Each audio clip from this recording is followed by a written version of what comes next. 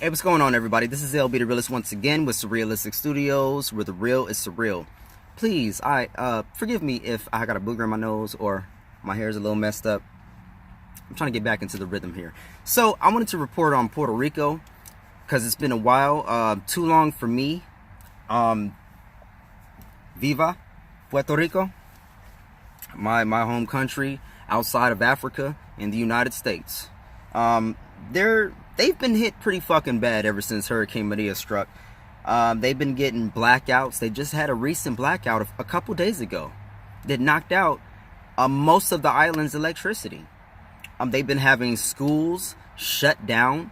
They've been having most of the island privatized. You know, scandal after scandal, corruption after corruption. Thousands of people have fled Puerto Rico, and some of them reportedly are not doing too well right now, outside of the island as well as on the island. So I ran across this article. I was trying to find something recent from like maybe today or yesterday. This is from actually 420, because I believe it's the anniversary. It's been like I believe 7 months since Hurricane Maria struck and devastated the island. So this is from Forbes by Marshall Shepard, a contributor. This morning, my fellow citizens in Puerto Rico were strongly on my mind. We are only a few months from the start of the Atlantic hurricane season, and the island of Puerto Rico is still haunted by Hurricane Maria. In September 2017, Category 4 Hurricane Maria made landfall in Puerto Rico and created a human tragedy. Oh, and by the way, it is important to me to mention that 2017 storms also created human tragedies in some of the smaller Caribbean islands like Dominica, Guadalupe, and Martinique. We got to remember that also the Virgin Islands were devastated as well. While we put a lot of our focus on, again, like he says, while we put our focus and commentary herein, while the focus of my commentary herein is Puerto Rico, my thoughts are equally with these people too. Exactly. Two things were specifically on my mind as I stared at the ceiling of my hotel room in Savannah, Georgia this morning. The power situation. In April 2018, Puerto Rico experienced a massive island-wide blackout. CNN, fake news CNN, reports that an excavator mishap may have been responsible for the outage. These things certainly happened, but I'm sure it was frustrating given what our fellow citizens have experienced over the previous 7 months. After the most recent outage, San Juan Mayor Carmen Yulín Cruz tweeted, "The entire electrical system in Puerto Rico collapses again." Back to September 20th. The Rhodium Group, in a recent report, concluded that more than 3.4 billion hours of electricity have been lost for this island of 3 million U.S. citizens since Hurricane Maria.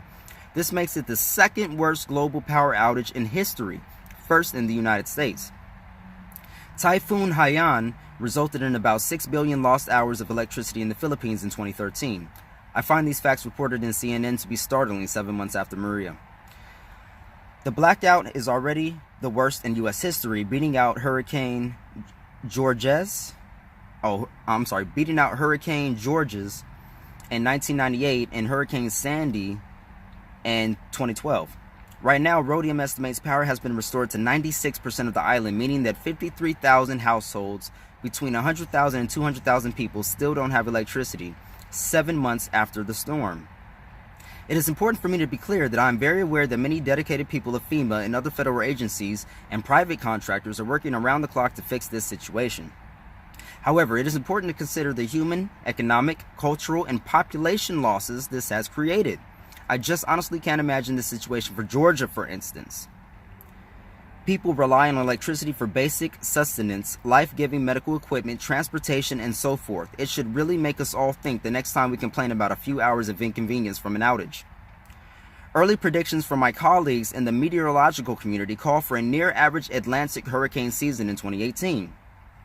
Some estimates have even suggested a slightly above average season. The weather company is calling for 13 named storms with 6 hurricanes, 2 at Category 3 or higher status. A major hurricane. Noted, seasonal hurricane forecasters at Colorado State University call for 14 named storms with 17 hurricanes, 3 of which will be major hurricanes. What ultimately happens will depend on whether the slight La Nina conditions in the eastern Pacific Ocean will continue to fade or flip to the warmer El Nino state. Historically, La Nina has more favorable atmospheric conditions for Atlantic storms to thrive, while El Nino is less favorable.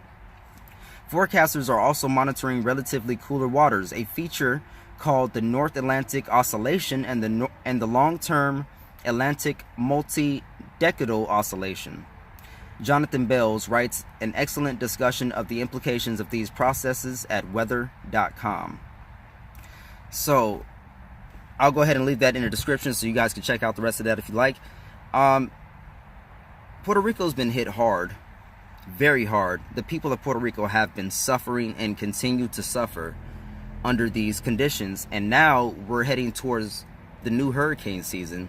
And they're already predicting at least 2 to 3 named storms that are going to be high categories. So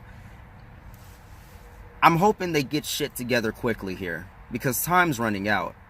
And the island, I don't know how much more it's going to be able to take, especially when we're still having blackouts that black out most of the island.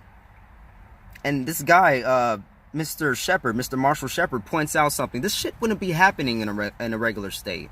It wouldn't be happening in his state of Georgia, or, you know, it just wouldn't fucking go down.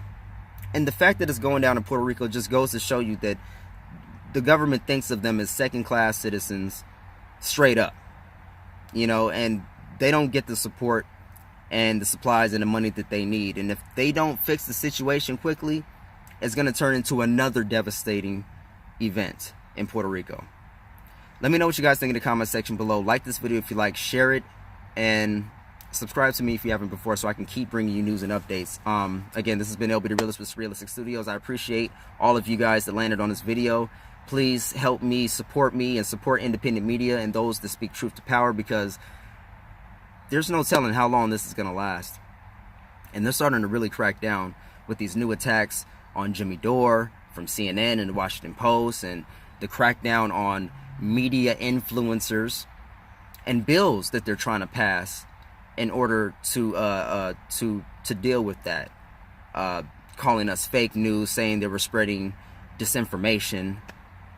So again, remember to love, remember to peace, remember to keep eating that chicken grease, unless you're vegetarian. Shout out Vegemedic. And keep speaking truth to power. Keep speaking that enlightenment. We need more voices than ever. Don't ever let anybody tell you that you can't do it. Speak your mind, speak your truth, and question everything. I see you guys on our next one.